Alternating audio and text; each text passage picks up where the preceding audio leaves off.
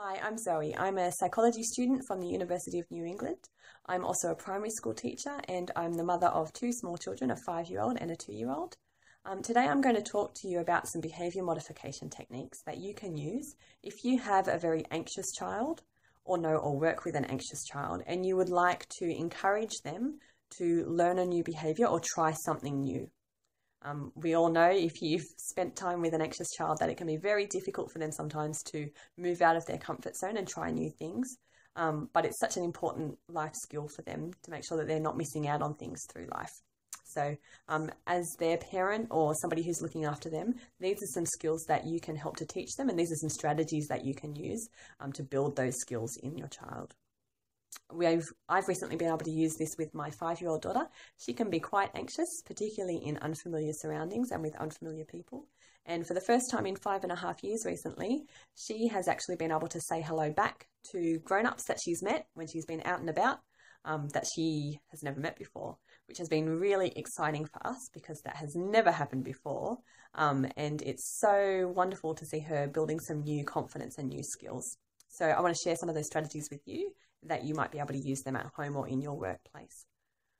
So the first thing that we want to do when we're using behaviour modification techniques is that we want to define our target behaviour. We're not trying to change your child's entire personality or everything about the way they act. We're just going to target one specific behaviour that you think is an important skill, one that is impacting their life that they would benefit from learning. You really need to be able to define this behaviour for yourself. You need to be able to understand exactly what it is. So for us, it was being able to say hello back when people say hello to you when you're out and about. That was the behaviour that we were working towards. It might be something like being able to attend a doctor's appointment. It might be something like being able to get involved in a game or an activity at school or at preschool or at a sports event. Whatever it is that you think is important for your child, and that would be beneficial to them. So once we've worked out what the behaviour is, the next thing you want to do is sit down with the child. You want to talk them through what you're going to do. You want to get them on board, make it fun, make it positive, call it a challenge or an adventure if you want to. Talk about the sorts of things that you might be working on together and explain to them why it would be helpful for them to work towards this goal. We also want to talk to them about what they think might be a worthwhile reward for them to be earning. What is it that might reinforce this behaviour for them, that might make them more likely to want to keep trying to work towards this goal, to keep learning these skills? Make sure it's something that is rewarding for your child and that is motivating for the child. Just because you think it's really exciting or prize to get doesn't mean that your child will actually be interested in. So let's get their input into that, and that will be more motivating for them in the long run. Once we've talked to them about what we're going to do and about the rewards, the next thing we want to do is we want to work through something called a subjective units of discomfort scale.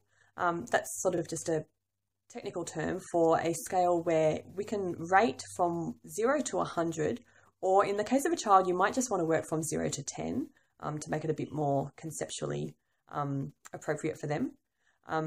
We want to ask them to rate on this scale how uncomfortable they might feel or how distressed they might feel in different situations. So in this case, we're going to look at different components or different levels of the skill or behaviour. We're going to ask them about, in this situation, how distressed or anxious or uncomfortable might they feel. Now, if you have quite a young child, maybe sort of preschool age or kindergarten year 1, you actually might even want to use sort of some faces, something visual. So you could have your 0 might be a really happy smiley face, I feel fine. Working up to your 10 might be a very distressed crying sort of a face. And just ask them to point to one of the faces along the way that would display how they would be feeling. For us, in our situation, we were looking at trying to say hello to people that she'd never met before.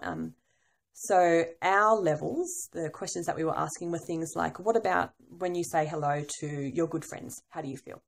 What about when you say hello to a child that you've met before, but you don't know them that well? What about if you say hello to a child that you've never met before? What about a grown-up that you've never met before? So for us, it was different levels of the same behaviour. If it's something like going to a doctor's surgery, you might use things like, What about if we just had to walk up to the door of the doctor's surgery? What if we had to go inside the doctor's surgery? What if we had to go into the doctor's actual office?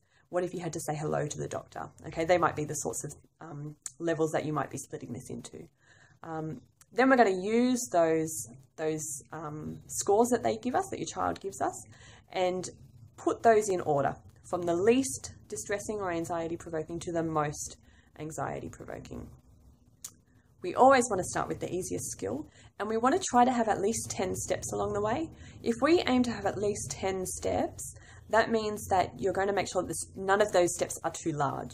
So we don't ever want to make your child make too big of a jump from one level of the skill to the next level. Otherwise, it's so much more likely that they're going to get really uncomfortable, very distressed, and they might just stop trying to work towards that final skill.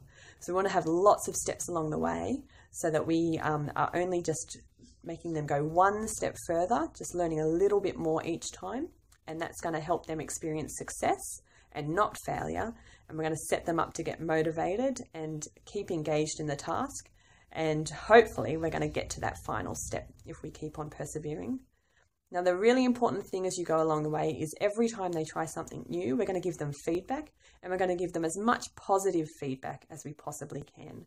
So we're going to give them praise, as much praise. We're going to tell them how proud we are of them for trying this new thing because we know that it's a big deal for them. We're going to also recommend to them that they keep trying, and whatever that reward was that we decided upon with the child, we're going to keep rewarding them, whether it be, you know, a little food treat. Try to keep it as healthy as possible if you can, because you want to be able to maintain this over a period of time, or a little token reward or some sort of prize that they're earning. We're going to keep doing that. Okay, now we're just going to keep working through those stages until we get to the final stage, always giving lots of positive reinforcement. And then when we get to the final stage, we want to keep rehearsing that activity over time, slowly backing off on your reinforcement, so that just the natural reinforcing qualities of being proud of themselves, of the positive social interaction, or being able to achieve this goal, so that those natural consequences will start to be the reward that they get at the end. So that's the basic strategy in a nutshell. So what you want to do is you want to define your target behavior. You want to sit down with your child, get them on board, get them to help you choose the reward, and get them to help you determine those levels. And then you want to slowly progress through from the simplest to the most difficult behavior until we finally get to our target behavior at the end. Then we're going to slowly back off on our rewards, which of course we've been giving the whole way through, lots of positive reinforcement, but we're going to slowly back off on those so that the behavior can maintain itself and that child can keep working on that themselves. I wish you the best of luck. Let me know, get in touch if you have some success.